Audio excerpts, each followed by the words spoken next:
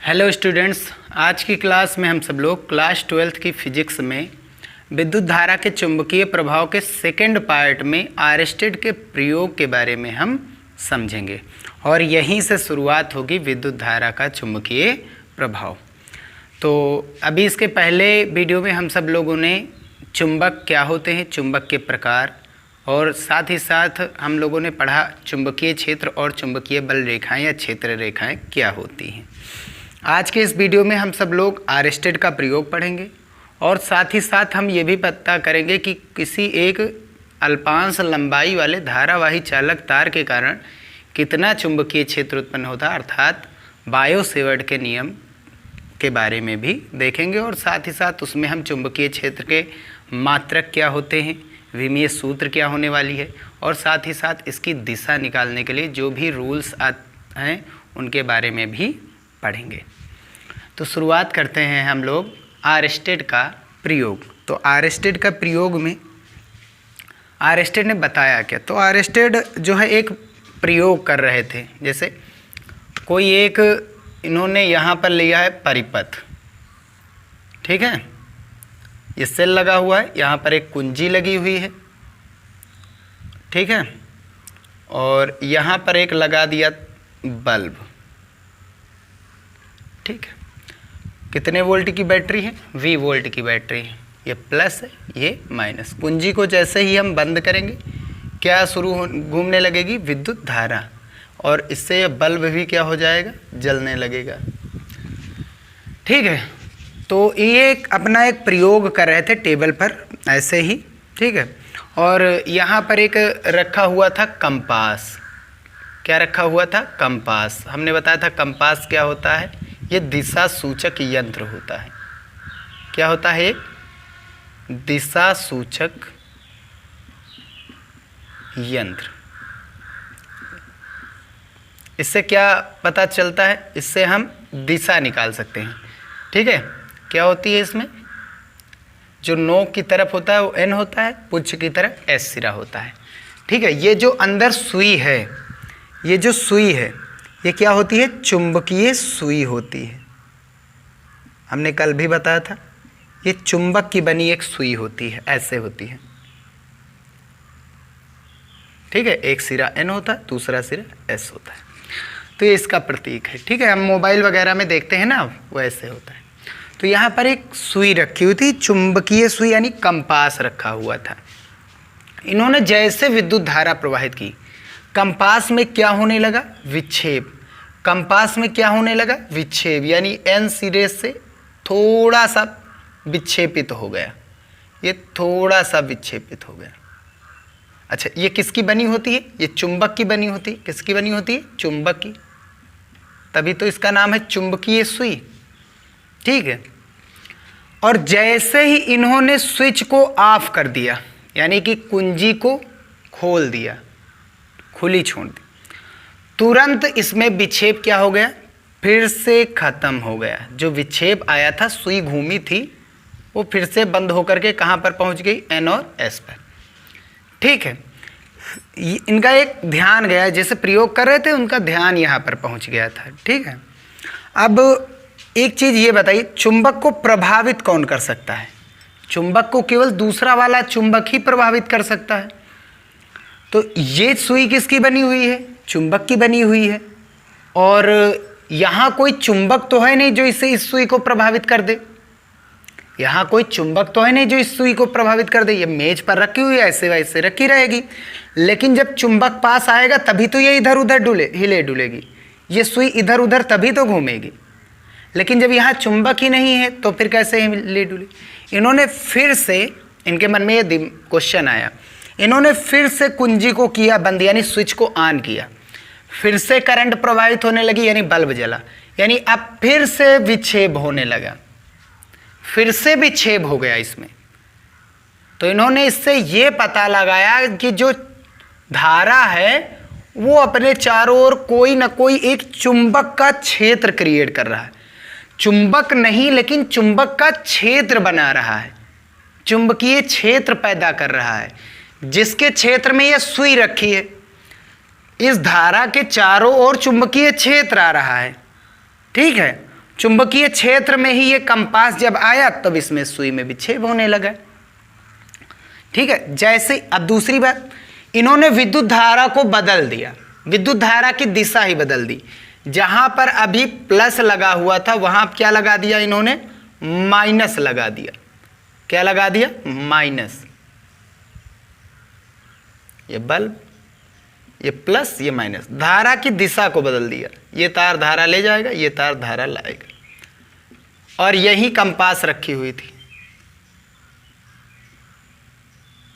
ये एन सिरा, ये एस सिरा। ठीक है, जैसे कुंजी को बंद किया, क्या घूमने लगी, धारा, बल्ब जलने लगा, है ना, बल्ब तो जलेगा ही। इन्होंने ये देखा कि कंपास में जो दिशा थी वो बदल गई। जहां कंपास अभी इधर का घूम रहा था, अब वो कंपास इधर का घूमने लगा। कंपास मतलब वो सुई जो है वो इधर का घूमने लगी। जहां अभी सुई इधर की ओर घूम रही थी, दाहिनी ओर, वो अब किधर घूमने लगी, बाईं ओर घूमने लगी। यानी धारा की दिशा बदलने से इस कंपास में जो चुंबकीय सुई लगी उसकी भी दिशा बदल रही है। तो ओवरऑल इन्होंने अपने प्रयोग में यह बताया कि जो धारा होती है वो अपने चारों ओर चुंबकीय क्षेत्र उत्पन्न करती है, और यदि हम धारा की दिशा को बदल देते हैं तो चुंबकीय क्षेत्र की दिशा को बदल देता है वो। ठीक है भाई, इधर एन सिरा रहा होगा तभी इधर एस सिरा रहा होगा, तभी तो ये एन वाला इधर आ रहा है। ये सुई की तरफ, सुई के नोक की तरफ कौन रहता है, एन रहता है। ये एन इधर कब आएगा, जब इधर एस रहा होगा। ये एन उधर क्यों गया, जब इधर एन रहा होगा, तभी तो यहां पर प्रतिकर्षण हो रहा है। यानी कि अभी जहां धारा ऊपर जा रही थी इधर एस आया सिरा, जहां धारा नीचे आई इधर कौन सिरा आ गया, एन आ गया। यानी धारा की दिशा बदलने पर चुंबकीय क्षेत्र की दिशा बदल रही। इन्होंने अपने प्रयोग में इतना कहा, और इसी से इन्होंने बताया कि विद्युत धारा चारों ओर चुंबकीय क्षेत्र उत्पन्न करती है। वो चुंबकीय क्षेत्र इतना ज़्यादा बड़ा नहीं रहता है जितना चुंबक का रहता है, लेकिन हाँ, अगर हमारे घर में कोई तार है और उस तार में यदि विद्युत धारा प्रवाहित हो रही है, तार में विद्युत धारा प्रवाहित हो रही है, यदि हम कंपास को, चुंबकीय सुई को उस तार के पास लेकर के जाएंगे तो उसमें तुरंत विक्षेप आने लगेगा। ये याद रखिए। क्या उत्पन्न करता है विद्युत धारा अपने चारों ओर, चुंबकीय क्षेत्र। ये किसकी दिशा है, चुंबकीय क्षेत्र की। ठीक है, अगर धारा की दिशा बदल दी जाएगी तो चुंबकीय क्षेत्र की दिशा बदल जाएगी। इन्होंने अपने प्रयोग में इतना कहा, और इसी प्रभाव को विद्युत धारा का चुंबकीय प्रभाव नाम दिया, और यहीं से चैप्टर की शुरुआत हुई। तो हम यहां से देख सकते हैं आरस्टेड के प्रयोग में क्या हुआ कि जब भी किसी चालक तार या परिपथ में धारा प्रवाहित की जाती है तो उसके चारों ओर चुंबकीय क्षेत्र उत्पन्न हो जाता है। इसी प्रभाव को ही, विद्युत धारा के इस प्रभाव को ही विद्युत धारा का चुंबकीय प्रभाव कहते हैं। ठीक है, क्योंकि ये प्रभाव क्या उत्पन्न कर रहा है, चुंबकीय क्षेत्र। तो ये याद रखिए। अब चुंबकीय क्षेत्र चुंबक के ही चारों ओर नहीं उत्पन्न होने वाला है, चुंबक के ही चारों ओर नहीं उत्पन्न होगा, ये विद्युत धारा के भी चारों ओर उत्पन्न होने वाला है। ठीक है, तो चुंबक के साथ साथ विद्युत धारा भी चुंबकीय क्षेत्र उत्पन्न करती है, ये चीज याद रखिए। इसका प्रयोग क्या है, इसे हम कैसे जानेंगे, तो कंपास को आप किसी तार में जब विद्युत धारा प्रवाहित हो रही है उसके पास ले जाइएगा तो उसमें विक्षेप आने लगेगा। इसका चुंबकीय क्षेत्र ज़्यादा होता है, बहुत ही ज़्यादा होता है, प्रबल होता है, लेकिन इसका चुंबकीय क्षेत्र इतना ज़्यादा प्रबल नहीं होता है। बस ये चुंबकीय क्षेत्र उत्पन्न करता है। इससे हमें बहुत ज़्यादा लाभ हुए हैं। विद्युत धारा अपने चारों ओर उत्पन्न करती है, चुंबकीय क्षेत्र, ये विद्युत धारा का चुंबकीय प्रभाव।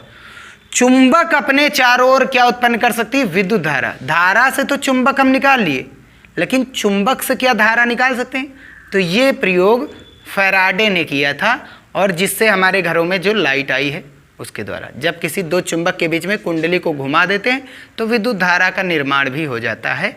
ये इसका उल्टा है, इसे विद्युत चुंबकीय प्रेरण भी कहते हैं। इसका आगे का टॉपिक हमारा है यही।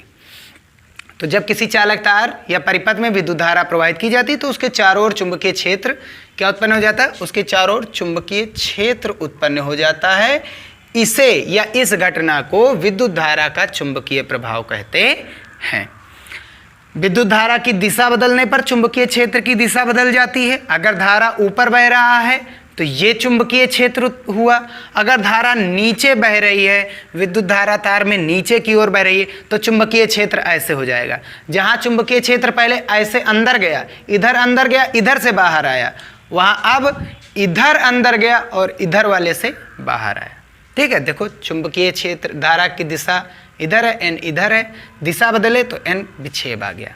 और धारा का मान बढ़ाने पर चुंबकीय क्षेत्र की प्रबलता भी बढ़ जाती है, यानी चुंबकीय क्षेत्र और ज़्यादा ताकतवर हो जाता है। अच्छा, इसकी दिशा निकालने के लिए क्या है नियम, तो इसकी दिशा कैसे ज्ञात की जाती है, चुंबकीय क्षेत्र की दिशा, चुंबकीय क्षेत्र की दिशा, चुंबकीय क्षेत्र की दिशा। तो चुंबकीय क्षेत्र की दिशा ज्ञात करने के सबसे पहला जो नियम है वो नियम है, हम पढ़े हैं मैक्सवेल का दक्षिणावर्त नियम। मैक्सवेल का दक्षिणावर्त नियम क्या है? मैक्सवेल का दक्षिणावर्त नियम, यदि हम अपने दाहिने हाथ की उंगली को, ध्यान से देखिए, धारा इस समय कहाँ बह रही, ऊपर की ओर, तो जब हम धारा की दिशा में अंगूठा रखते हैं तो उंगली के घूमने की दिशा चुंबकीय क्षेत्र होती है। यही बताया था। ये मैक्सवेल का पेंच मापी नियम है, पेंच का नियम, दक्षिणावर्त पेंच नियम, कक्षा 10 में हम लोगों ने पढ़ा है। इसमें क्या होता है, जिस ओर धारा जा रही है, पेंच के जाने की दिशा, धारा की दिशा बनाओ। ये देखो पेंच अंदर जा रहा है, धारा अंदर जा रही है तो पेंच अंदर करो, तो जिस ओर पेंच घूम रहा है वो हुई हमारी कौन सी, चुंबकीय क्षेत्र की दिशा। याद रखिए, यदि विद्युत धारा अंदर जा रही हो, पेंच किधर जा रहा हो, अंदर जा रहा हो, इसका मतलब विद्युत धारा अंदर जा रही हो, तो पेंच के जाने की दिशा में विद्युत धारा रख रहे हैं, पेंच के जाने की दिशा में विद्युत धारा रख रहे हैं, तो घूमने की दिशा होती है चुंबकीय क्षेत्र। धारा कहाँ जा रही है, अंदर, अंदर मतलब दूर जा रही है। अगर कोई चीज दूर जा रहा है तो इस चैप्टर में हम क्रॉस लगाएंगे। ठीक है, धारा क्रॉस का मतलब कागज तल के लंबवत अंदर की ओर, या इस बोर्ड के लंबवत अंदर की ओर, यानी ये दूर जा रही है। तो इस समय क्या जा रही है, विद्युत धारा दूर जा रही है, यानी अंदर की ओर जा रही है। तो पेंच किधर घूम रहा है, ये पेंच इधर घूम रहा है, इधर की ओर घूम रहा है, यानी क्लॉकवाइज घूम रहा है। ये हो गई चुंबकीय क्षेत्र की दिशा। ये किसकी दिशा हो गई, चुंबकीय क्षेत्र की दिशा। ये किसकी दिशा, अंदर, विद्युत धारा की दिशा अंदर। ठीक है, यदि विद्युत धारा बाहर की ओर हो तब क्या होगा, तो पेंच की दिशा में हमेशा क्या रखनी, विद्युत धारा। पेंच की दिशा में क्या रखनी, हमेशा विद्युत धारा। ठीक है, अभी कुछ इसके बारे में भी बताते हैं। पेंच की दिशा में विद्युत धारा। अब की बार हम पेंच को कस नहीं रहे, पेंच को खोल रहे हैं। पेंच को खोलेंगे तो पेंच किधर आएगा, बाहर की ओर। पेंच किधर आएगा, बाहर की ओर। पेंच बाहर आ रहा है, इसका मतलब ये डॉट से दिखाया जाएगा, बिंदु से दिखाया जाएगा। अगर कोई चीज सामने की ओर आ रही है तो बिंदु, दूर जा रही है हमसे तो क्रॉस। कोई चीज हमसे दूर जाता है तो क्रॉस लगाते हैं, पास आती है तो डॉट लगाते हैं। तो इसमें मतलब विद्युत धारा आ रही है, विद्युत धारा कागज तल के लंबवत है, यानी आ रही है बाहर की ओर। कहाँ आ रही है, बाहर की ओर। इसमें विद्युत धारा जा रही है, इसकी दिशा किधर है, भीतर। इसमें विद्युत धारा की दिशा किधर है, बाहर। समझ रहे हो ना।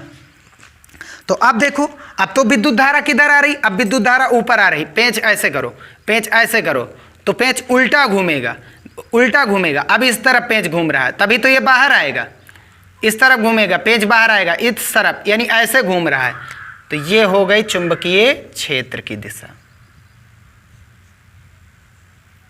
ये किसकी दिशा हो गई, चुंबकीय क्षेत्र की दिशा।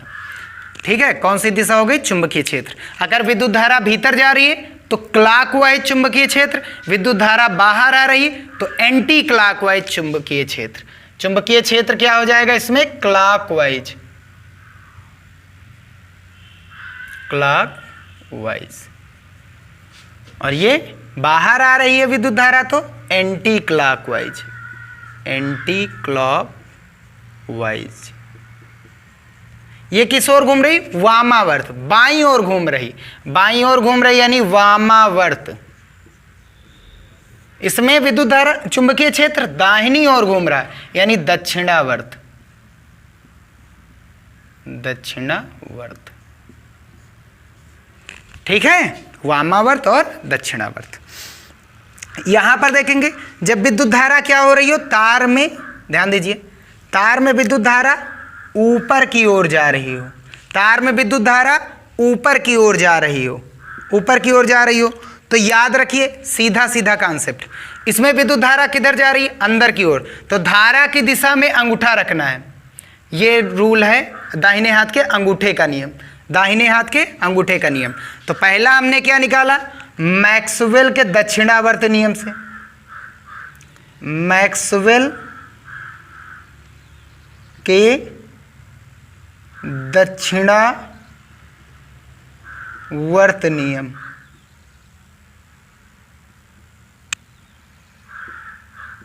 जिसे हम पेंच का नियम भी कहते हैं, पेंच का नियम। ठीक है, क्योंकि हम इसे पेंच के आधार पर समझ सकते हैं। पेंच का नियम पहला ये हो गया। दूसरा कौन सा हुआ? दाहिने हाथ के अंगूठे का नियम, दाहिने हाथ के अंगूठे का नियम।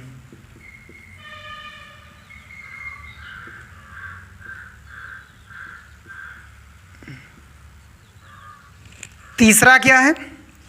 तीसरा है दाहिने हाथ की हथेली का नियम, दाहिने हाथ की हथेली का नियम। दाहिने हाथ की हथेली का नियम। दाहिने हाथ की हथेली का नियम क्या है वो भी अभी हम बताएंगे। दाहिने हाथ की हथेली का नियम क्या है वो भी अभी हम बताएंगे। तो ये है, ऊपर हम मिटा रहे हैं, ठीक है, फिर इसके बाद समझेंगे। ठीक है, अब जो एक्स्ट्रा एक बच रहा है वो कौन सा है? चौथा वाला, वो है सदिश नियम। कौन सा नियम? सदिश नियम द्वारा। ये कैसे होता है? इन्हीं से मिलकर के ही वो आया है। ठीक है, तो ये चीज हुआ हमारा कौन सा?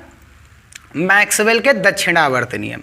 अब इसी नियम को हम एक दूसरे तरीके से समझेंगे, इसी नियम को ही दूसरे नियम से समझेंगे। तो इसमें क्या होता है? पेंच के जाने की दिशा, पेंच के जाने की दिशा या आने की दिशा में, पेंच के अंदर जाने या बाहर आने की दिशा में क्या रखना है? क्या रखना है? विद्युत धारा का मान। तब घूमने की दिशा क्या बताती है? घूमने की दिशा जो होती है वो चुंबकीय क्षेत्र बताती है। ये इनका नियम था। ठीक है, समझे बात? अब दाहिने हाथ के अंगूठे का एक खास बात इसमें क्या है? अगर हम चुंबकीय क्षेत्र की जगह पर रख दें धारा और धारा की जगह पर रख दें चुंबकीय क्षेत्र, फिर भी मान में कोई परिवर्तन नहीं होगा। दोनों चीजें हम कर सकते हैं। अगर धारा ऐसे घूम रही है, धारा ऐसे घूम रही, तो इसका मतलब चुंबकीय क्षेत्र किधर है? भीतर की ओर। समझ में आई बात? अगर धारा ऐसे घूम रही तो चुंबकीय क्षेत्र किधर है? भीतर की ओर। अगर धारा ऐसे घूम रही है, ये एंटी क्लॉकवाइज, ठीक है, दिशा आपस में बदल रहे हैं, तो चुंबकीय क्षेत्र की दिशा किधर होने वाली है? बाहर की ओर। चुंबकीय क्षेत्र की दिशा बाहर की ओर। धारा की, देखो, धारा की दिशा में उंगली घुमाओ, चाहे अंगूठा रखो, धारा की दिशा में उंगली घुमाएंगे तो अंगूठा बताएगा चुंबकीय क्षेत्र अंदर, धारा की दिशा में उंगली घुमाएंगे तो बाहर आ रहा चुंबकीय क्षेत्र। ये हो गया। तो दोनों को हम आपस में चेंज कर सकते हैं, इन दोनों को हम आपस में चेंज भी कर सकते हैं। याद रखिए, हम दोनों चीजें आपस में चेंज कर देंगे फिर भी कोई दिक्कत नहीं है। कहाँ चेंज होगा वो हम आगे बताएंगे। सेकंड क्या है, दाहिने हाथ के अंगूठे का नियम। दाहिने हाथ के अंगूठे का नियम, इसमें क्या होता है, ये विद्युत धारा है एक पहला केस, और इसमें विद्युत धारा नीचे की ओर आ रही दूसरा केस। दो चीजें हमको समझना है। क्रॉस का मतलब क्या होता है, कागज तल के लंबवत, कागज तल के लंबवत, लंबवत यानी लगातार लंब ही रहना है। कागज तल के लंबवत, कागज के तल के लंबवत दूर जा रहा है भीतर की ओर, ठीक है।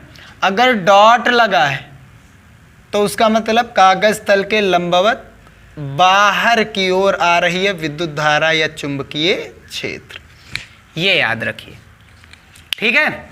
अब देखिए इसमें विद्युत धारा, मैक्सवेल का तो हो गया दाहिने हाथ के अंगूठे का नियम। इसमें क्या करना है, अंगूठे की दिशा में धारा आई जो है, आई जिस ओर बह रही उस तरफ हमको क्या रखना है, अंगूठा रखना है। क्या रखना है, अंगूठा रखना है। तब अंगूठा रखेंगे, उंगलियों के घुमाने की दिशा, अगर उंगली घुमाएंगे चुंबकीय क्षेत्र हमको किससे मिलेगा, उंगली जिस ओर घूमेगी, उंगली के घूमने की दिशा, उंगली के घूमने की दिशा ही हमको क्या बताती है, चुंबकीय क्षेत्र की दिशा, ये याद रखिए। अंगूठा की दिशा में हमको अंगूठे की तरफ क्या रखनी है, हर बार विद्युत धारा, उंगली जिस ओर घूमेगी वो बताएगा हमें चुंबकीय क्षेत्र। तो यदि हम अपने दाहिने हाथ के अंगूठे को धारा की तरफ रखें, धारा के बहने की दिशा में रखें, तो उंगलियों के घूमने की दिशा चुंबकीय क्षेत्र की दिशा होती है। ये है दाहिने हाथ के अंगूठे का नियम। धारा की दिशा में अंगूठा रखेंगे तो उंगली को घुमाएंगे, जब उंगली को घुमाएंगे तो इस ओर उंगली किधर गई, अंदर, इस ओर उंगली किधर आई, बाहर। तो चुंबकीय क्षेत्र कैसा जा रहा होगा, कोई ऐसा जा रहा होगा।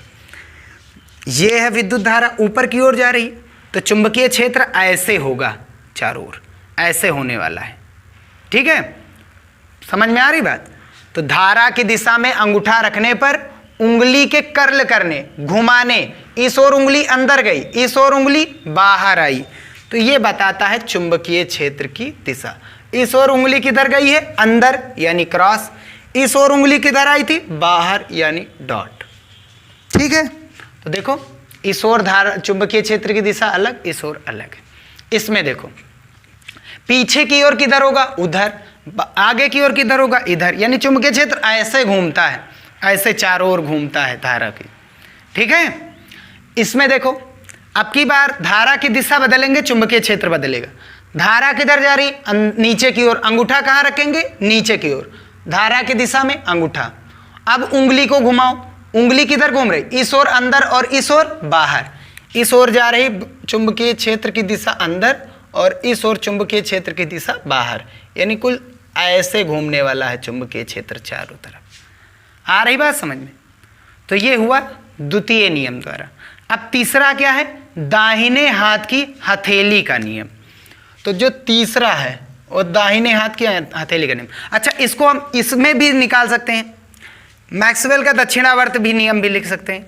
पेंच किस ओर जा रहा है, ऊपर, देखो चुंबकीय क्षेत्र इस ओर घूम रहा अंदर, और इस ओर कहाँ आ रहा है, देखो अंगूठा, ये अंदर ये बाहर, ऐसे, तभी तो विद्युत धारा ऊपर जा रही।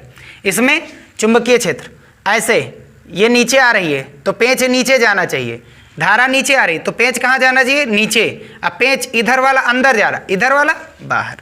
ये हुआ मैक्सवेल का दक्षिण।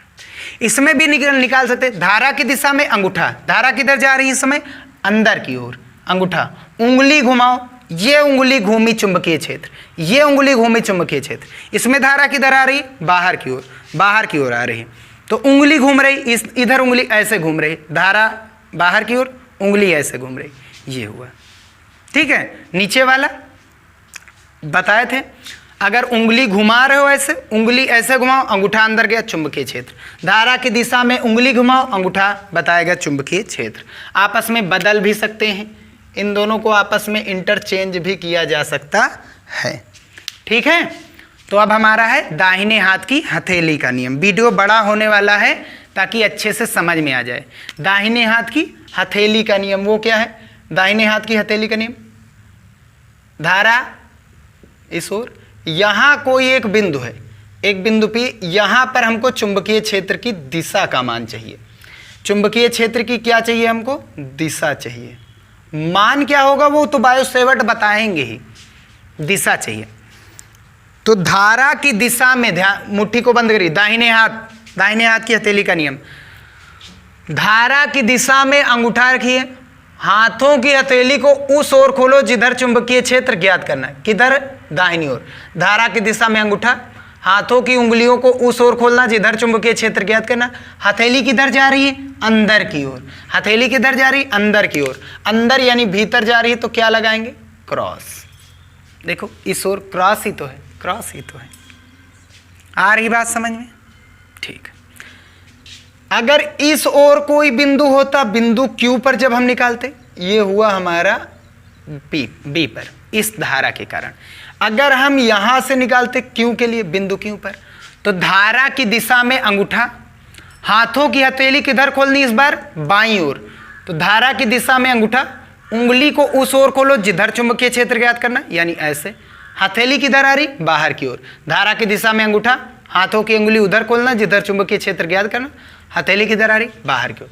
तो इस तरफ जो चुंबकीय क्षेत्र की दिशा है वो कागज तल के लंबवत बाहर की ओर है।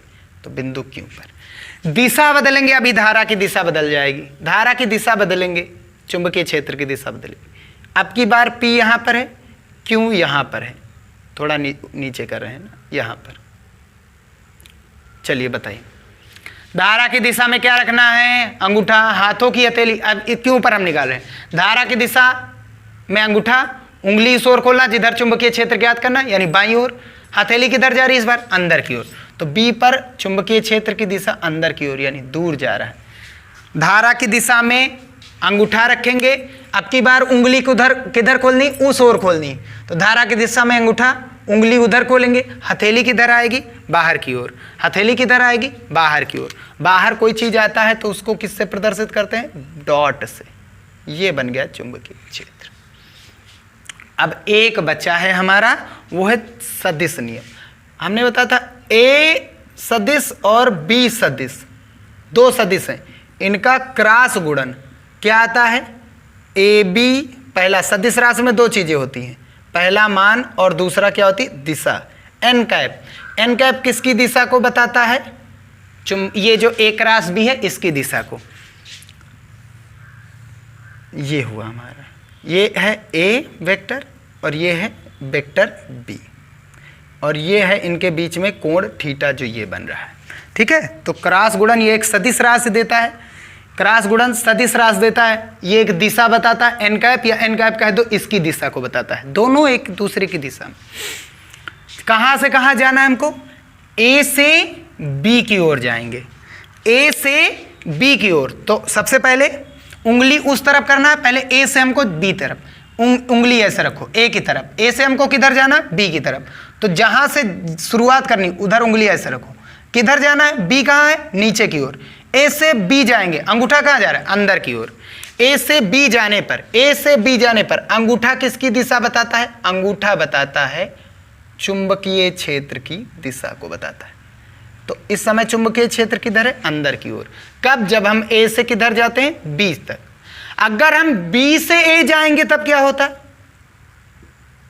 वेक्टर बी से किस ओर? वेक्टर ए की ओर। दिशा बदल जाएंगे। हमने बताया था क्रम विनिमय नियम लागू नहीं होता है। थीटा, दो सदिशों के सदिश गुणन में क्रम विनिमय नियम लागू नहीं होता है। अब की बार हमको कहां से कहां जाना है? बी से ए की तरफ जाना है। दिशा बदल लेंगे, अभी ए से बी जा रहे थे तो फिर आ रहा था बाहर की ओर, अंदर की ओर। अब बी से ए जाएंगे तब देखो किधर जाएगा? तो बी की तरफ उंगली रखो चारों, किधर जाना हमको? बाहर की ओर। बी से ए बी से ए जा रहा है, किधर आ रहा है अंगूठा, बाहर की ओर। तो देखो दिशा बदल जाती है। तो बी से ए की ओर जब गए तो दिशा किधर आई है, बाहर। ये चुंबकीय क्षेत्र की दिशा, ये हुई चुंबकीय क्षेत्र की दिशा कह सकते हो, ऐसे निकाल सकते हैं। कोई जरूरी नहीं सामने चुंबकीय क्षेत्र तो है नहीं, तो जो भी भौतिक राशि होगी सामने, ये किसकी दिशा, एन कैप इसकी दिशा को बताता है, यानी ये किसकी दिशा है, एन कैप की। किसकी दिशा है, एन कैप की। याद रखिए इस केस में जो एन कैप होने वाला है वो वेक्टर ए पर लंब होगा और साथ ही साथ एन कैप वेक्टर बी पर लंब होगा। ये कोई जरूरी नहीं है कि ए और बी परस्पर लंब हो, ए और बी परस्पर लंब हो, ये कोई जरूरी नहीं, लेकिन जो दिशा बता रहा है A cross B, B cross A, जिनकी दिशा को बताता है एन कैप, उसके लंब रहते हैं। यानी जो एन कैप हो वो बी के भी लंब है, वो ए के भी लंब है, बी के भी लंब है, ए के भी लंब है। ठीक है ना, ऐसे देखेंगे अंदर जा रहा है लंबवत है, तो यहां पर देखो लंब है, यहां पर भी देख लंब है, यहां किधर जा रहा है, अंदर, यहां बाहर आ रहा था लंब है, लंब है, यहां किधर जा रहा था, अंदर, लंब है, लंब है, ये चीज। तो ये बहुत ही मोस्ट इंपॉर्टेंट पॉइंट है, ये मोस्ट इंपॉर्टेंट पॉइंट में से एक है कि जब भी एन कैप जो होता है ए क्रॉस बी, जिसकी दिशा को बताता है, वो हमेशा इन दोनों सदिशों पर क्या होता है, लंब होता है। ये कोई जरूरी नहीं कि ये दोनों लंब हो, ये दोनों तो थीटा कोण पर हैं, लंब होता तो 90 अंश रखते, तो ये कुछ भी कोण पर हो सकते हैं, लेकिन एन कैप इन दोनों के पर लंब ही होगा। तो ये था चुंबकीय क्षेत्र की दिशा ज्ञात करने के मेथड्स। ठीक है।